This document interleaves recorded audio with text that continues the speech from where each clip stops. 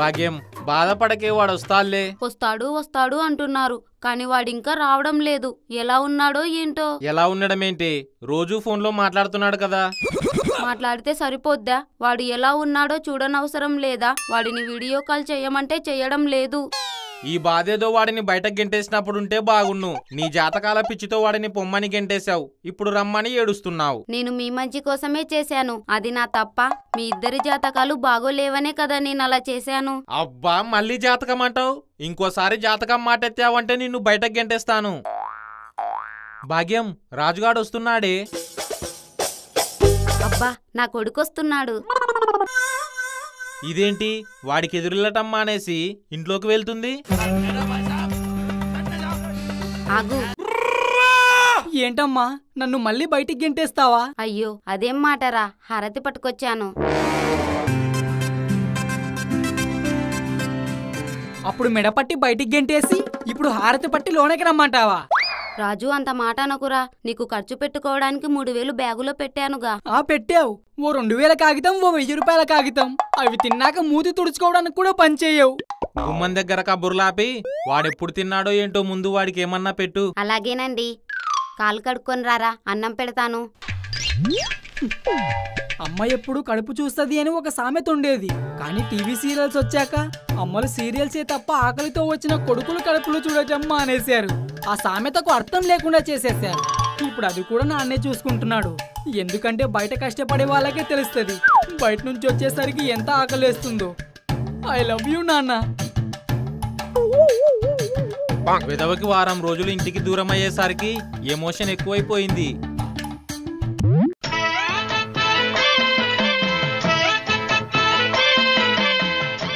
అరే రాజు, నీకు అన్నం తినిపిస్తారా?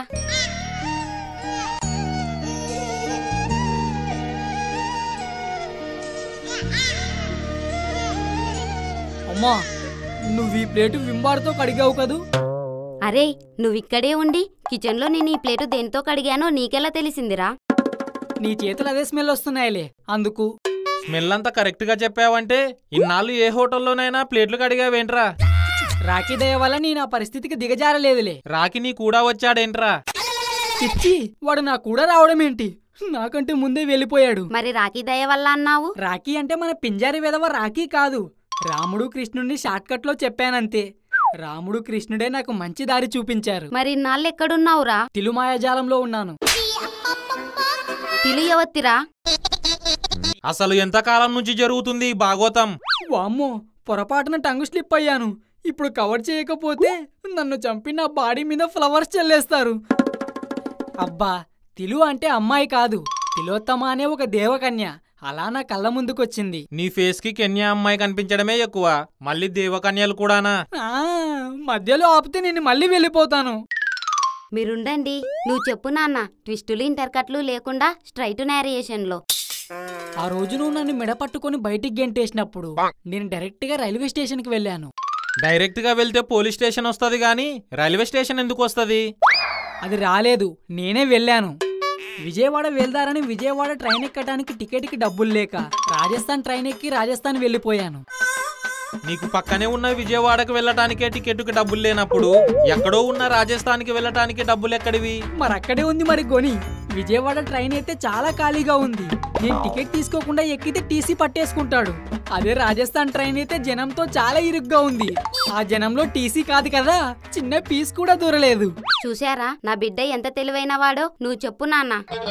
ఆ ట్రైన్ ఎక్కి రాజస్థాన్ లో దిగిన నేను ఎక్కడికి వెళ్లాలో తెలియక అలా నడుచుకుంటూ వెళ్ళాను. కొంత దూరం వెళ్లేసరికి పెద్ద ఎడారి, అంతా ఇసుక, ఏమీ కనిపించడం లేదు. ఏమీ కనిపించకపోతే ఇసుక ఎలా కనిపించిందిరా? అబ్బా నాన్నగారు, ఇసుక తప్ప ఇంకేమీ కనిపించడం లేదండి. మీరు మధ్యలో మాట్లాడకండి, నా ఫ్లో మిస్ అయిపోయిద్ది. సర్లే, కంటిన్యూ చేయి. పైనేమో చలచలమనే ఎండ, కిందేమో కాళ్ళు కాలే ఇసుక. నేను ఆ వేడికి తట్టుకోలేక నా కళ్ళు బెల్లలు కమ్మి కింద పడిపోయాను. కళ్ళు బెల్లాలు కమ్మాయి అనకూడదురా, బైర్లు కమ్మాయి అనాలి. ఏదో ఒకట్లేమ్మా, నువ్వు కూడా ఏంటి మధ్యలో? అప్పుడు వచ్చింది దేవకన్య తిలోత్తమ. నన్ను అలా మంచు కొండల మధ్యలోకి తీసుకొని వెళ్ళి చక్కని గృహలో పడుకోబెట్టి ఒక గ్లాసుడు తెచ్చి తాగమనిచ్చింది. ఏంటి, అమృతమా? కాదు, బోరు వాటర్. ఆ వాటర్ తాగి వందనంగా కూర్చున్న నా వంక చూస్తూ ఎవరి అబ్బాయి అని అడిగింది. భాగ్యం కొడుకునని చెప్పకపోయావా? నేను అదే చెప్పాను. భాగ్యమా? అదేవరంది? సుప్పనాతి, నేనే తెలియదా దానికి? నువ్వు మన వీధి చివర ఉన్న వాళ్ళకే తెలియదు, ఇంకా ఆమెకేం తెలుస్తుంది? నువ్వు చెప్పరా. అప్పుడు నేను సుబ్బారావు గారి అబ్బాయిని అని చెప్పాను. అప్పుడు తనేమందో తెలుసా? ఏమంటాది? సుబ్బు ఎవడు అనుంటాది, అంతేగా? కాదు. ఏంటి, నువ్వు సుబ్బు కొడుకువా? పాపం మీ నాన్న చాలా మంచోడు. గత జన్మలో చేసిన పాపానికి ఈ జన్మలో శిక్ష అనుభవిస్తున్నాడు అన్నది. ఏంటి, నేను తిలోత్తమ్మకి తెలుసా నేను శిక్ష అనుభవిస్తున్నాను అన్నదా? ఇంతకీ మీ నాన్న అనుభవిస్తున్న శిక్షేంట్రా? నిన్ను పెళ్లి చేసుకోవడమే మా నాన్నకి శిక్ష అంట. పైనుంచి దేవతలు చూస్తారంటారు, అది నిజమే. చూసావా ఆమె నా గురించి ఎంత కరెక్ట్ గా చెప్పిందో? అంతా దైవలీల. ఇక ఆపండి మీ గోలా. మరి నీ గురించి ఏం చెప్పిందిరా? నేను గత జన్మలో ఇంకా పెద్ద పాపం చేశానంట. అందుకే నేను ఇంకా పెద్ద శిక్ష అనుభవిస్తున్నానంట. ఏంటా శిక్ష? కోతిలా పుట్టడమా? కాదు, మీ ఇద్దరికి కొడుకులా పుట్టడం. మరి లేకపోతే నన్నే బయటికి పొమ్మంటారా?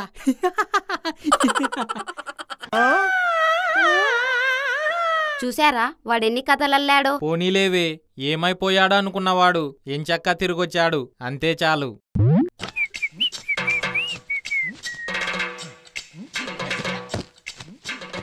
అరే, మనం రాజుగాడితో ఫ్రెండ్షిప్ కట్ చేసుకోవడమే మంచిదిరా. ఎందుకురా? మనం ఎక్కడికి వెళ్ళినా ఏ ఫిగర్ ని చూసినా ముందు వాడి లైన్ లోనే పెట్టేసుకుంటున్నాడు. అసలు వాడి దగ్గర ఉన్నదేంటి, మన దగ్గర లేనిదేంటి? టాలెంట్. అవును, టాలెంటే. వాడికి అయితే మాటలతో గారెడి చేయడం వచ్చు, మనకి అయితే పాటలతో పేరడి చేయడం కూడా రాదు. ఏమైనా మనం వాడికి దూరంగా ఉండాలిరా. వాడికి దూరంగా ఉంటే మనకే భారం. మనం ఏదో ఒక ఏదో పని చేసి అందులో ఇరుక్కుంటాం. అలాంటప్పుడు వాడే కదరా మనల్ని తెలివిగా సేవ్ చేసేది. వీడిది చెప్పింది నిజమే. వాడిది లేకపోతే తిలు మనల్ని కీళ్లు విరిచి చీకుల్లా కాల్చుకొని తినేసేది. మరి మనం చూసిన ఫిగర్లలో వాడికే పడుతుంటే ఎలారా? ఎందుకురా అలా నాకు పడేడుస్తావు? నువ్వు ఆంటీలకు లైన్ వేసుకుంటుంటే నేనెప్పుడైనా నీకు అడ్డొచ్చానా? నీ టాలెంట్ నీది, నా టాలెంట్ నాది. అరే, ఇంక మీ ఆంటీల గోల ఆపండి. ముందు నేను చెప్పేది విని తర్వాత మీ అభిప్రాయం చెప్పండి. ఏరా, ఇంకో ఇల్లు అమ్మాలా? అక్కడికైతే బిట్టుగానే తీసుకెళ్లరా బాబు. వామ్మో, నేను వెళ్ళను. ఇక్కడ తిలు కాబట్టి జాలిపడి వదిలేసింది. అక్కడ ఎలాంటిది ఉంటుందో. పోనీ ఆంటీ దయ్యం అంటే ఓకేనా? ఆపండ్రా. నేను చెప్పేది ఫుల్లుగా వినకుండా మీ ఎదవ సోది మీరును.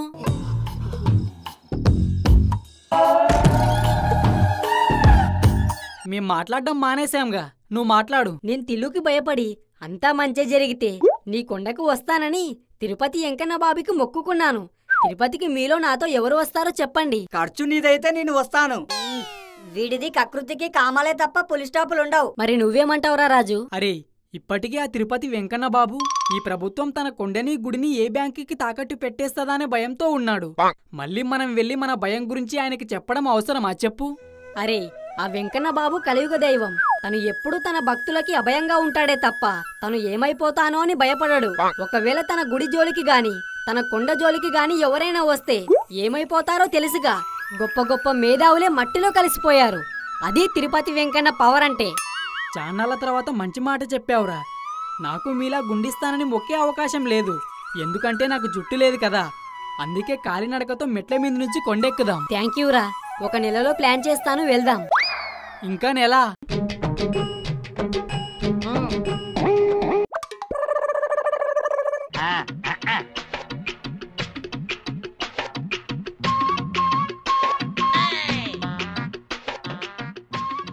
ఏంటి సుబ్బు కన్నా, డ్యూటీకి వెళ్ళలేదా? ఇలా మార్కెట్కి వచ్చావు? ఏం లేదు మాస్టర్, మా ఆవిడ తిట్టిందని మీ శిష్యుడు అంటే మా రాజుగాడు ఇంట్లో నుంచి రాజస్థాన్ వెళ్ళిపోయి ఈ రోజే వచ్చాడు. పాపం అక్కడ ఏం తిన్నాడో ఏంటో అని వాడికి ఇష్టమైన చికెన్ తీసుకెళ్లడానికి వచ్చాను.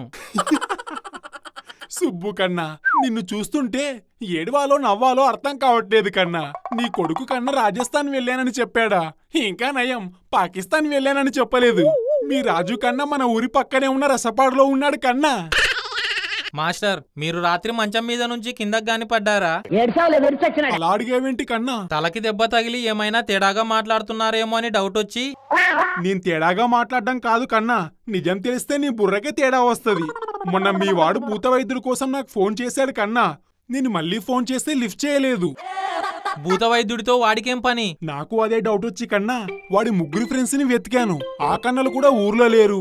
అప్పుడు రాకి వాళ్ళ నాన్న అరవింద్ కన్నకి ఫోన్ చేస్తే వాళ్ళకి రసపాట్లో ఒక ఇల్లుందని, అది వాళ్ళు అమ్ముతున్నారని, వచ్చిన కస్టమర్లకి ఇల్లు చూపించడానికి వీళ్ళు నలుగురిని అక్కడికి పంపించానని పూసగుచ్చినట్టు చెప్పాడు కన్నా. ఏమోనండి, నాకు నమ్మబుద్ధి కావడం లేదు. మీరు వాళ్ళ మీద కోపంతో ఏదో ఒకటి చెప్తారు. అయితే రాఖీ కన్నా వాళ్ళ నాన్న కన్నతో మాట్లాడి తెలుసుకో కన్నా.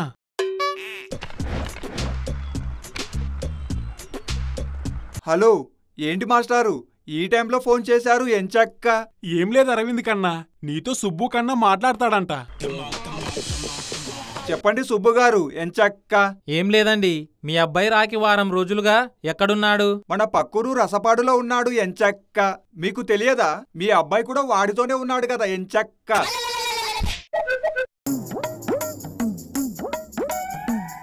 ఇప్పుడు అర్థమైందా కన్నా? భూత వైద్యుని పిలుచుకొని నాకెక్కడ కమిషన్ ఎగ్గొడతారో అని నేను కూడా ఊరు వెళ్ళాను. అప్పుడు ఆ ఊరు కన్నలు నాకు చెప్పిందేంటో తెలుసా? ఈ నలుగురు కన్నలు బీర్లు బాగా తాగి బిర్యానీలు బాగా తిని ఎంజాయ్మెంట్ కోసం ఒక అమ్మాయిని ఆ ఇంట్లోనే ఉంచుకున్నారని తెలిసింది కన్నా. ఏమో మాస్టర్, నేను 50% నమ్మినా ఇంకో 50% నమ్మలేకపోతున్నాను. నిజం సుబ్బు కన్నా, ఆ అమ్మాయి పేరు తిలోత్తమంట కన్నా. మరి ఇన్నాళ్ళు ఎక్కడున్నావురా? తిలుమాయాజాలంలో ఉన్నాను. అర్థమైంది మాస్టర్, ఇప్పుడు 50% కాదు 100% నమ్ముతున్నాను. అమ్మయ్యా, ఇప్పుడు నాకు చాలా ఆనందంగా ఉందిరా కన్నా.